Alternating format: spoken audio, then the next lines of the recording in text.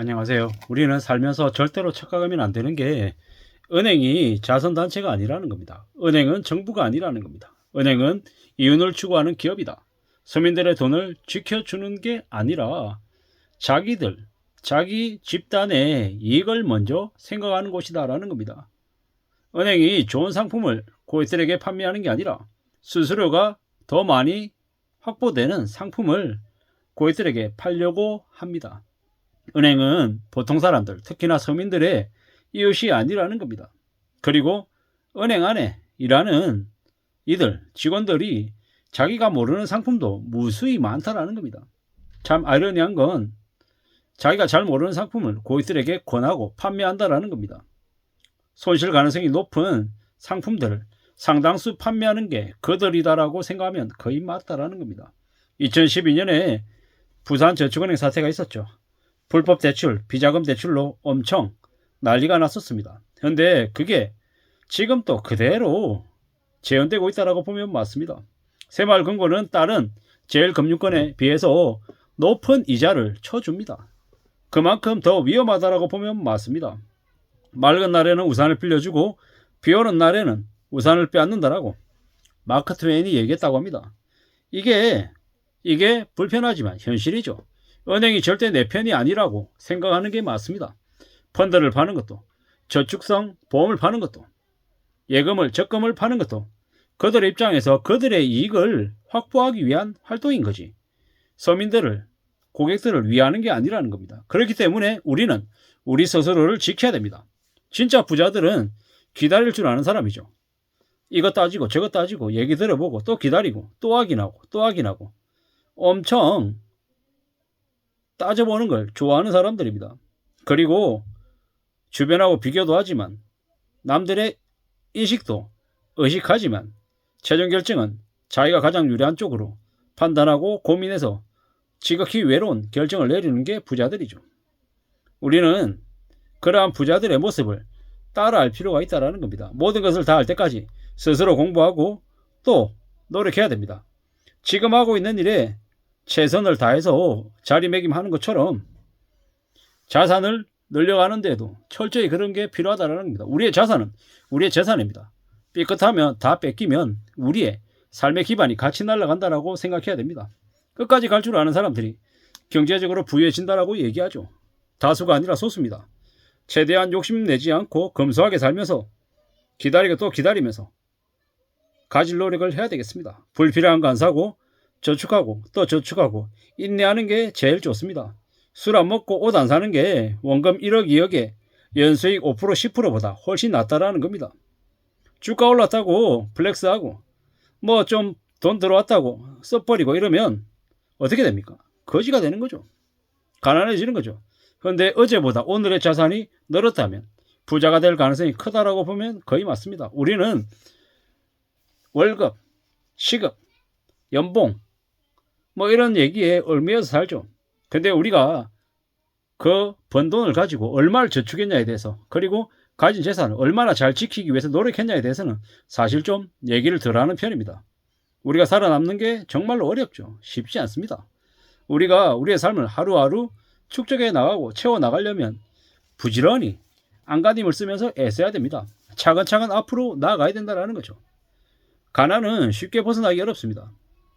브레이크 없는 차처럼 소비를 무분별하게 하면 계속 가난하게 사는 거죠. 돈이 많으면 좋다라고 얘기하지만 그 돈을 감당할 수 있는 그릇이 되고 많아야 된다는 겁니다. 감당할 그릇이 안 되는데 돈만 많으면 나중에 그 돈이 복이 아니라 되려 화가 되는 경우도 많죠. 우리는 태어나서부터 불공평한 세상을 살고 있습니다. 외모나 운동 능력이나 가창력이나 두뇌나 재산이나 모두 다 남들하고 차이가 납니다. 그걸 깨닫고 자기만의 무기를 가지려고 애써야 됩니다. 자기 처지에서 할 수 있는 최대치를 생각해야 된다는 거죠. 생각보다 우리는 허덕이며 삽니다. 미래를 대비하고 계획을 세우지 않고 닥치는 대로 사는 사람들이 많습니다. 돈이 있으면 자신감이 생기고 돈이 없으면 눈치 보고 의식하죠. 사고의 폭도 좁아집니다.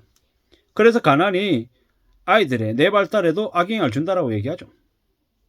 부자 나라에서도 소득과 교육 수준이 낮은 가정의 아이들이 두뇌 발달이 떨어진다고 하죠. 상대적으로. 왜겠습니까? 영양 부족과 압박받는 스트레스 때문인 거죠. 가난하고 또 이 불편하게 사는 그 삶이 우리 사회의 구조적인 문제까지 만드는 것 같습니다. 우리는 어떻게든 그 불평등에 분노하고 저항하고 해야 됩니다. 그러려면 어떻게 해야 되냐? 내가 경제적인 약자긴 하지만 그럼에도 불구하고 게으르지 않고 노력하고 애써야 나에게 기회가 온다라는 겁니다. 그래야 내가 발전한다라는 겁니다. 최대한 조용히 지내고 자산 관리하고 어제보다 나은 오늘을 추구하고 소비를 좀 줄이고 저축을 좀 늘리고 그래야 나의 삶이 우리 가족의 삶이 괜찮아진다라는 겁니다. 너무 쉽게 너무 만만하게 뭔가를 얻을 궁리해서는 안 된다라는 겁니다. 왜겠습니까? 그랬다가는 브레이크 없이 질주하는 무분별한 소비를 하다 보면 인생이 그냥 망가지기 때문인 겁니다. 현대사회에서 돈은 매우 중요하죠. 돈이 있어야 우리의 삶을 지킬 수 있습니다. 돈을 있다가도 없어도 되는 그런 걸로 생각하면 큰일 나죠. 돈을 절대로 만만하게 생각해서 안 된다는 겁니다. 무섭게 생각해야죠. 두려운 마음을 가져야 되죠. 우리의 삶을 잘 다듬어 가기 위해서 우리 삶의 군더더기, 불필요한 것들 다 없애고 최대한 날 것 그대로 생동감 넘치게 살아야 되겠죠. 함부로 나대지 말고 잘 모르면 배우고 공부하고 또 공부하고 한 푼 두 푼 모아가면서 저축을 우리 삶의 필수 모습으로 만들어야겠죠. 잘 모르는데 투자했다가 날리면 인생 끝장난다라는 겁니다. 내 소중한 자산을 잘 지켜야 된다라고 이야기하고 싶습니다. 그래야 우리 삶을 유지할 수 있기 때문입니다. 함부로 잘 모르는데 뛰어들면 안 되죠. 돈이 없으면 눈치 보고 허덕이며 산다라는 것. 미래를 대비하고 계획을 세우기가 어렵다라는 걸 잘 알아야 될 것 같습니다. 참 힘들고 어려운 시간들을 보내고 있습니다. 우리가 보내는 일상이 절대로 쉽지 않다라는 겁니다. 내게 필요한 게 뭔지, 어떤 마음을 가져야 되는지, 어떤 태도로 살아야 되는지, 진실과 거짓과 현실과 환상이 뒤범벅이 되어 있는 게 지금의 시대다라는 것. 그걸 잊지 말아야 된다는 겁니다. 어떻게든 살아내려고 각오하고 또 원하는 것을 얻기 위해서 기다려야 되겠다라는 겁니다. 기다려야 나의 시간이 온다. 이렇게 생각해야 되겠습니다. 천천히 두고 보고 기다리고 때를 살펴야 되겠습니다. 그게 필요하다라는 겁니다. 사는 게 절대 쉽지 않죠. 힘들고 어렵습니다. 만만하게 생각해서는 안 되겠습니다. 멀리 내다보고 하나씩 둘씩 채워나가려고 부지런히 애써야 될 것 같습니다. 그러기 위해서 어떻게 해야 되겠습니까? 차근차근 천천히 움직여야 된다라는 겁니다. 나에게 주어져 있는 불평등, 부족함에 분노하고 저항하고 노력하고 애써야 된다라는 말씀을 드리고 싶습니다. 이상입니다.